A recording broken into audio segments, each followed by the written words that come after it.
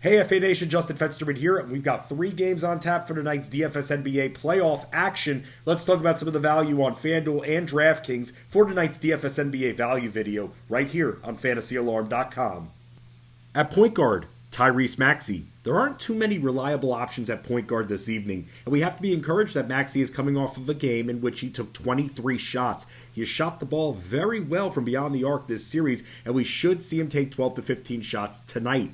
When including games during the regular season, Maxey grabbed no fewer than 3 boards against the Nets, and the pace slightly favors the Sixers in this game, and the Nets are middle of the road at defending point guards. In a series that features a slower pace, you need a change of pace player to make the opposing defense uncomfortable and constantly on their toes, and Maxey is that player for Philadelphia. James Harden hasn't shot well from the field as a whole this series, and the Sixers should look to even out his shot attempts with Maxey, and Maxey is more willing to drive and take contact. Expect Maxey to be featured more in Game 3 than he was in Game 1. At shooting guard, Malik Monk.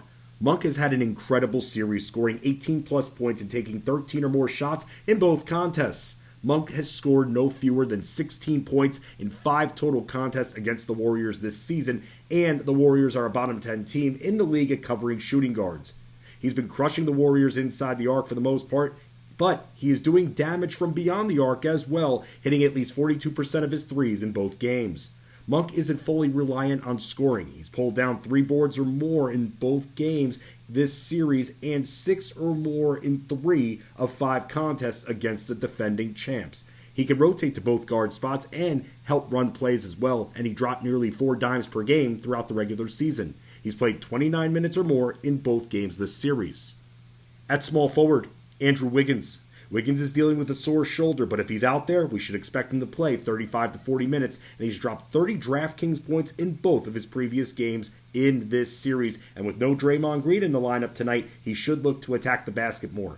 Wiggins has dropped 22 points or more in 4 of 5 battles against Sacramento this season, and we should see him take 12 to 16 shots tonight.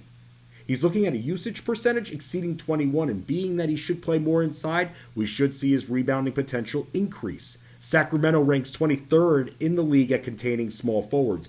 If Wiggins doesn't end up playing for some reason, pivot to Dante DiVincenzo on the Warriors, or if you're looking for another small forward option on the board on FanDuel and DraftKings, Cameron Johnson is coming off of a strong scoring game for Brooklyn. At power forward, Tobias Harris. Originally, this was going to be Cam Johnson's spot, but Harris's price point on DraftKings is too good to pass up, and he has more multi-category production potential than Johnson. Harris has had a strong scoring series against Brooklyn so far, hitting the 20-point mark twice while taking 14 shots in both games. He's hit over 57% of his field goals in both contests and is coming off of a double-double in Game 2. He's scored 18 points or more in 4 of 5 matchups versus the Nets this year.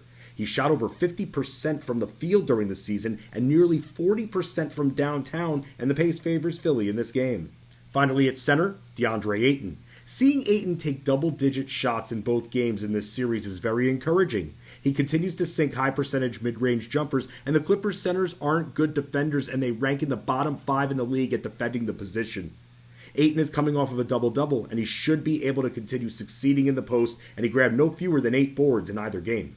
Kevon Looney is cheaper, but I worry about him getting into foul trouble and still not being featured as much despite Draymond Green being out. And Ivica Zubac and Nick Claxton have been inconsistent throughout the postseason so far.